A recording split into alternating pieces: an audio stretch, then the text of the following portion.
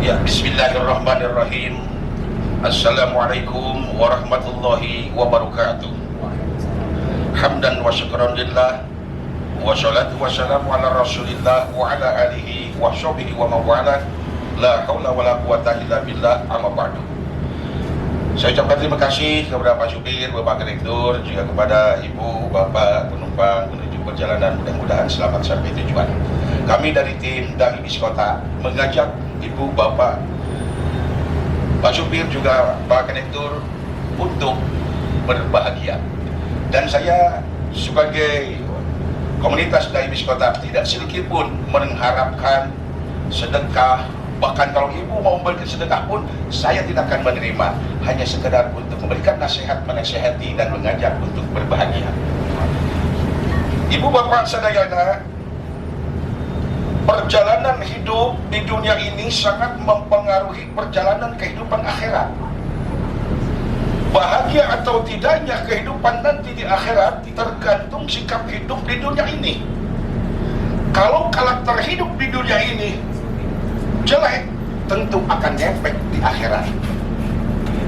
Ada beberapa solusi yang disampaikan oleh Rasulullah SAW agar karakter kita di dunia sampai akhirat mendapatkan kebahagiaan.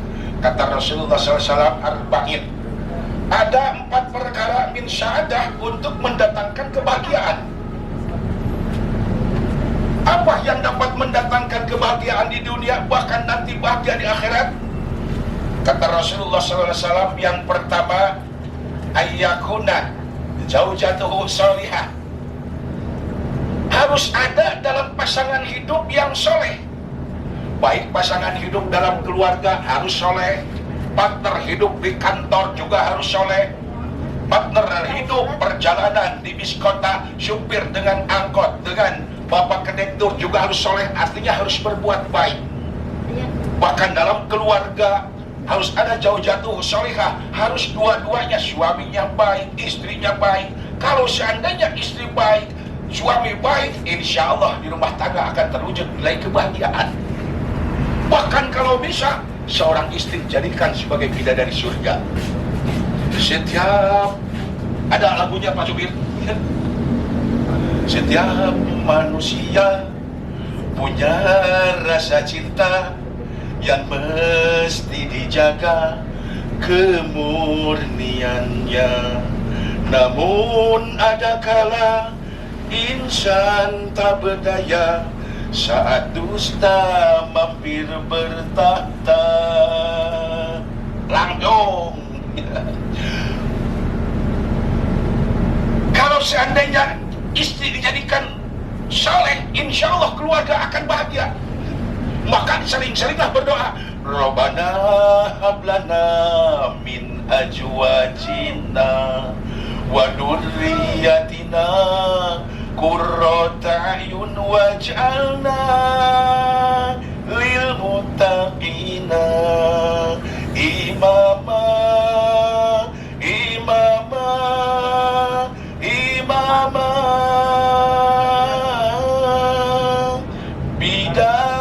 Dari surgaku. Ini yang pertama. Bahkan kalau seandainya istri melawan kepada suami, ibu, sekarang banyak musibah terjadi di mana-mana. Itu musibah yang levelnya tingkat rendah. Gempa bumi rendah, gunung meletus rendah. Tapi yang paling tinggi musibah apabila punya anak kita tidak pernah sholat. Itu musibah yang sangat besar. Maka pantas kalau Umar bin Khattab pernah berkata, ma asabbatni min musibatin lam takun fitin. Tidak akan pernah aku anggap musibah itu menimpaku kalau seandainya musibah itu tidak ada hubungan dengan agama. Gempa bumi saya anggap itu musibah kecil. Terbuka duit anggap itu musibah kecil. Gunung meletus anggap itu musibah kecil. Tapi kalau saya menganggap itu musibah besar apabila istri saya sudah melawan kepada saya sebagai suaminya, istri saya sudah tidak lagi dijilbab, itu musibah yang paling besar. Anak saya tidak pernah bisa baca Al-Quran, itu musibah paling besar. Anak saya hilang sendal di masjid, musibah kecil.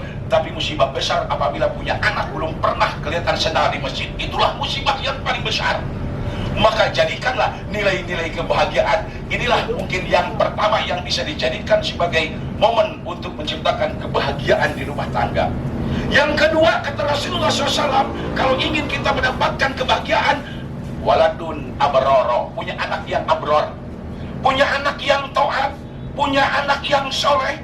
Sehingga anak yang soleh, subhanallah, tidak hanya hebat membaca Al-Quran, tidak hanya hebat dia sholat, tidak hanya hebat dia sedekah, tapi dia itu mampu memberikan kebahagiaan kepada orang lain. Bahkan menurut bahasa Mandarin, naon cara disebut soleh teh? Bahasa Mandarin ibu anu disebut soleh teh tong baong tong bedegong tong bohong ngawang kong nipeng. Nah ya teh budak soleh teh gitu.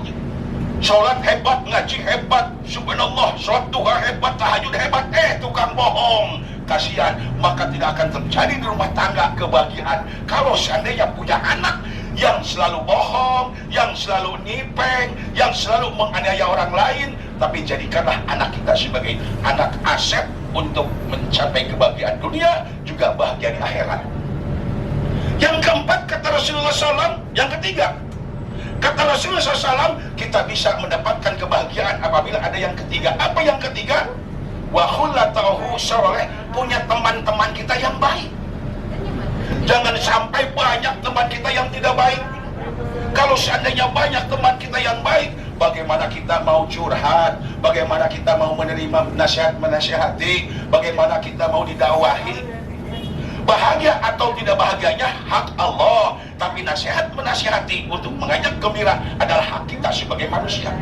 Oleh karena itu jadikanlah anak-anak kita punya teman yang khullatahu soleh, teman yang berbuat baik sehingga menyenangkan dipandang oleh mata orang tua dan ibu bapaknya. Yang keempat, kata Rasulullah SAW, akan terjadi kebahagiaan terwujud ayyakuna fi rizqihi bi baladi, mencari harta, mencari rezeki di dalam negeri kita sendiri. Coba kita bayangkan kalau seandainya si ibu kita kerjanya di luar negeri, 5 tahun kontrak, si suami ada di Bandung, bagaimana kita mau berhubungan, bagaimana kita mau menasihati kalau seandainya jauh dengan istri dan anak. Makanya pantas kalau Rasulullah SAW mengatakan ayakuna fi rizqihi bi baladi, carilah rezeki di dalam negeri sendiri. Itu kudu jauh-jauh loba kene untuk mencari rezeki, untuk mendapatkan kebahagiaan. Mungkin itulah yang bisa saya sampaikan. Mudah-mudahan dengan 4 perkara ini kita terwujud mendapatkan kebahagiaan dunia juga kebahagiaan akhirat. Demikian yang disampaikan.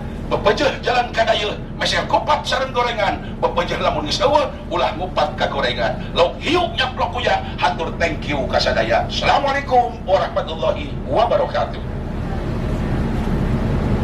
Tas, turun.